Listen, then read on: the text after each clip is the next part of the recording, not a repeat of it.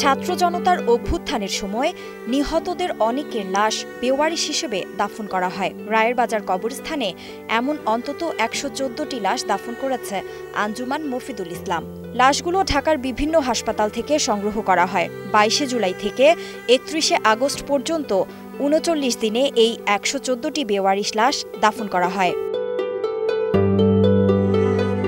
কবরস্থান কর্তৃপক্ষ বলছে, প্রতিদিনই নিখোঁজ স্বজনদের খোঁজে কবরস্থানে মানুষ আসছে। অনেকে আন্দোলনে তাদের স্বজন মারা গেছে এমন প্রমাণপত্র নিয়ে আসছেন। কেউ কেউ লাশের ছবি, ভিডিও নিয়ে আসছেন। অনেকে আঞ্জুমান থেকে লাশের ছবি দেখে শনাক্ত করে সোজা কবরস্থানে চলে আসছেন, কিন্তু কর্তৃপক্ষ তাদের লাশ দিতে পারছে না।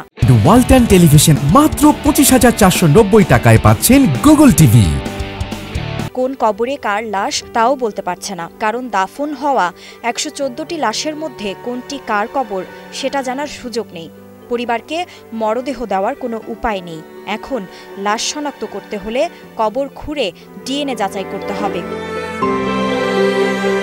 একজনকে লাশ দিতে হলে ১১৪টি কবর খুঁড়েই ডিএনএ পরীক্ষা করতে হবে। এই প্রক্রিয়াটি খুবই জটিল ও কষ্টসাধ্য।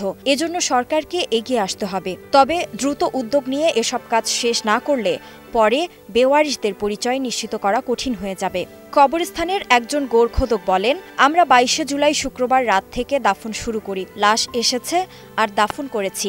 একসঙ্গে ১০ থেকে ১২টি লাশও এসেছে। আমি এখানে প্রায় ৫ বছর কাজ করি। এত বেওয়ারিশ লাশ এই কবরস্থানে আগে কখনো আসেনি। ছাত্র জনতার অভ্যুত্থানে হাসিনার পুলিশ নির্বিচারে গুলি চালিয়ে ৮৫০ জনেরও বেশি মানুষকে মেরে ফেলে। ৪০০ জনের বেশি মানুষ চোখ হারিয়েছেন, আহত হয়েছেন হাজার হাজার। নাহিদ সিরাজি নিম্মি, ২১ টেলিভিশন, ঢাকা।